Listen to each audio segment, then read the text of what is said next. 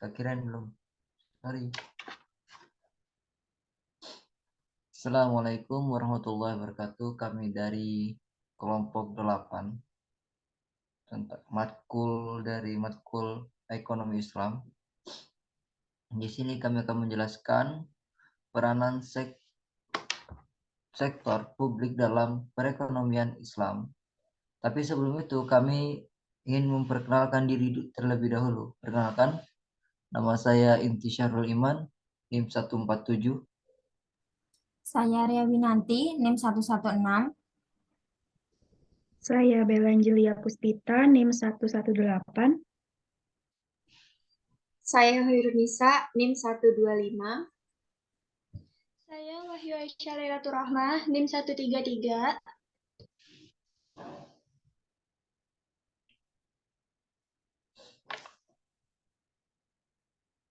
Yang pertama, peran pemerintah dalam perekonomian.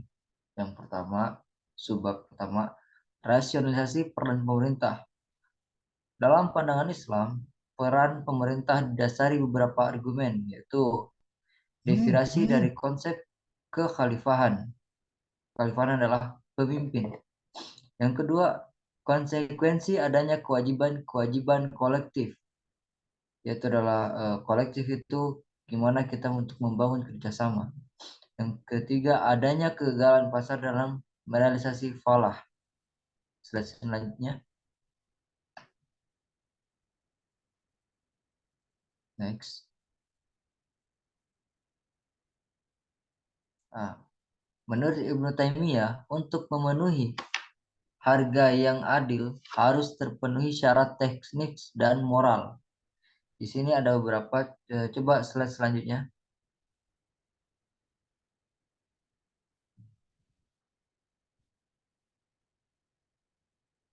Nah, di situ ada dua, coba balik lagi. Nah, di sini ada dua, yang terdapat 2 poin. Peran pemerintah untuk menciptakan pasar-pasar yang efisien. Yang kedua, peran pemerintah dalam mengatasi eksternalisasi. Peran pemerintah untuk menciptakan pasar-pasar efisien itu adalah maksudnya gimana sebuah pemasukan, transportasi segala macam itu cepat menyebar kepada masyarakat. Mungkin bisa langsung ke slide selanjutnya.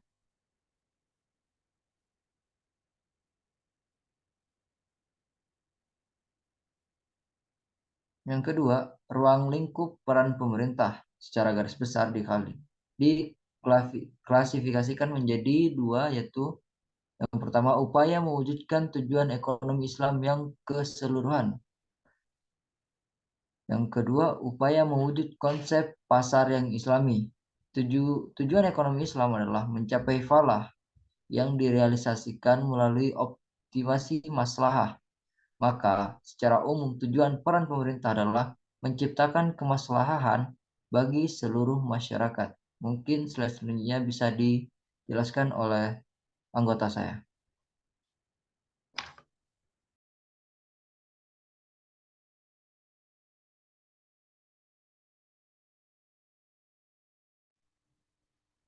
Yang selanjutnya itu ada peran pemerintah berkaitan dengan implementasi moralitas Islam.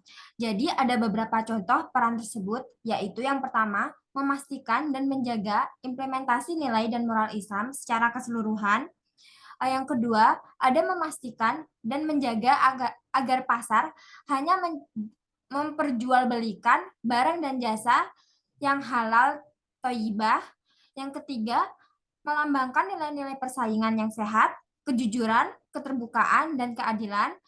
Dan yang keempat, yaitu menjaga agar pasar ini menyediakan barang dan jasa sesuai dengan prioritas kebutuhan. Next.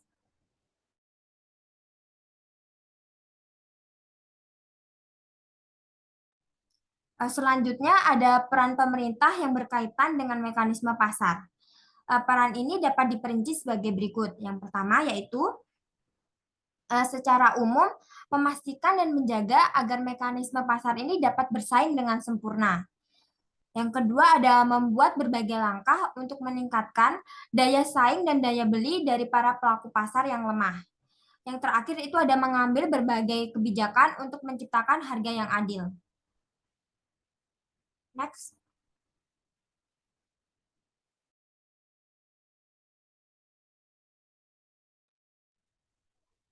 Kelima, instrumen kebijakan pemerintah.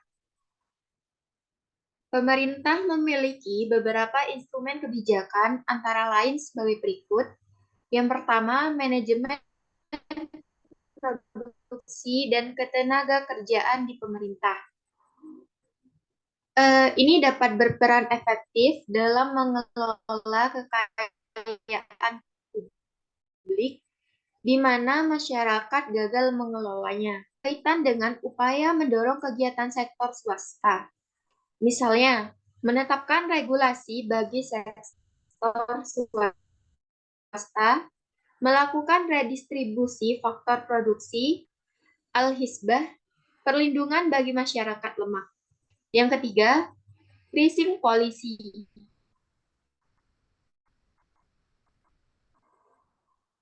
Di mana negara meregulasi harga dengan cara diskriminasi harga untuk kelompok masyarakat, daerah, atau sektor tertentu yang dipandang merupakan kepentingan publik.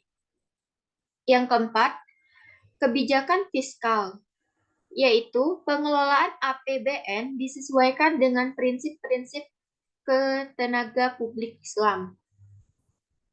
Yang kelima, kebijakan kredit dan moneter. Yang keenam, investasi kekayaan dan surplus sektor publik. B. Peran masyarakat dalam perekonomian. Yang pertama, peran masyarakat pada masa Islam klasik.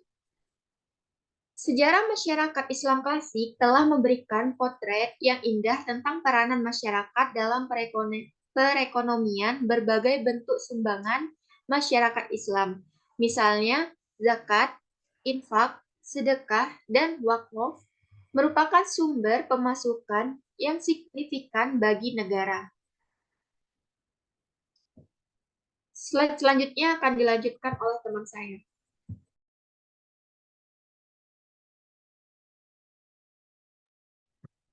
Selanjutnya yaitu yang kedua, rasionalitas peran masyarakat. Beberapa dasar peranan masyarakat sebagai berikut. Yang pertama itu ada konsekuensi fardu kifayah. Nah, fardu kifayah itu merupakan suatu kewajiban yang ditujukan kepada masyarakat, di mana jika kewajiban ini dilanggar, maka seluruh masyarakat akan menanggung dosa. Sementara jika telah dilaksanakan, maka seluruh masyarakat akan terbebas dari kewajiban tersebut. Yang kedua yaitu adanya hak milik publik. Nah, di sini peranan masyarakat juga muncul karena adanya konsep hak milik publik dalam ekonomi Islam, seperti wakaf. Kekayaan wakaf itu adalah kekayaan masyarakat secara keseluruhan dan berlaku sepanjang masa, karena wakaf merupakan hak milik masyarakat yang tidak tergantung kepada pemerintah yang berkuasa. Lalu yang ketiga ada kegagalan pasar. Kegagalan pasar tidak cukup hanya diselesaikan dengan peran pemerintah, sebab pemerintah juga memiliki kegagalan. Pasar bekerja dengan mekanisme pemermintaan dan penawaran di mana mensyaratkan suatu komoditas yang dapat diperdagangkan. Komoditas seperti ini dapat memiliki suatu harga, sedangkan untuk memiliki harga komoditas itu otomatis harus bisa diukur. Lalu yang terakhir itu ada kegagalan pemerintah. Nah, meskipun peran pemerintah sangat berguna, termasuk dalam menjalankan fardu kifayah, tetapi terdapat beberapa kelemahan-kelemahan. Hal ini selanjutnya dapat mengganggu efisiensi peran pemerintah sehingga diperlukan peran masyarakat secara langsung. Next. Slide selanjutnya akan dijelaskan oleh teman saya. Yang ketiga ada ruang lingkup dan peranan masyarakat. Di sini ada dibagi menjadi 4. Yang pertama yaitu menjaga kebutuhan ekonomi keluarga, di mana keluarga memiliki peranan yang sangat penting dalam upaya mewujudkan kesejahteraan masyarakat di luar sistem ekonomi pertukaran atau exchange ekonomi dalam pasar maupun pemerintah. Nah, di sini banyak kontribusi keluarga yang unpriceable dan priceless, misalnya seperti kasih sayang dan juga kenyamanan. Yang kedua, mengelola zakat, infak, dan sedekah yang memiliki peranan penting dalam penyediaan barang dan jasa, baik barang berupa publik maupun barang privat.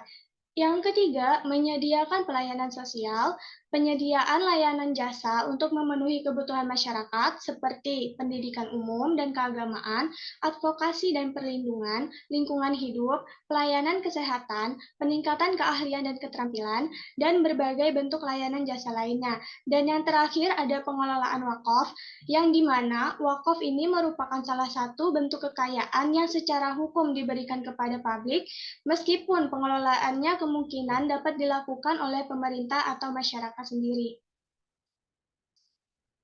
Sekian presentasi dari kelompok kami. Mohon maaf apabila ada salah kata. Saya akhiri, wabillahi taufiq wal hidayah. Wassalamualaikum warahmatullahi wabarakatuh.